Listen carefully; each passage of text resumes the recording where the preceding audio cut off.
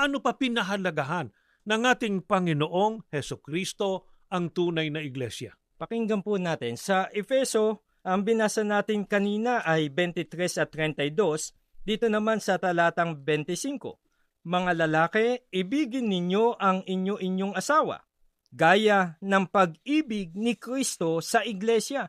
Inihandog niya ang kanyang buhay para rito. Sana napansin po ninyo, kung hindi po mahalaga kay Kristo ang iglesia, hindi sana niya inihandog ang kanyang buhay para rito. Kaya po, napakahalaga po ng tunay na iglesia na ito po ang iglesia ni Kristo. Ito po ang katawan ng ating Panginoong Hesukristo at siya ang ulo. Ito rin po ang iglesyang itinayo ng ating Panginoong Hesukristo. Ito rin po ang iglesyang ililigtas ng tagapagligtas. Dili iba't ng ating Panginoong Hesukristo. Ito rin po ang iglesyang inibig ng ating Panginoong Hesukristo sa paraang inihandog niya ang kanyang buhay para rito. Kaya po kami umanib sa iglesia ni Kristo upang magkaroon po ng kabuluhan ang ating ginagawang paglilingkod, kikilalan na tatanggapin ng ating Panginoon Diyos at ng ating Panginoon Jesucristo at maging batayan o saligan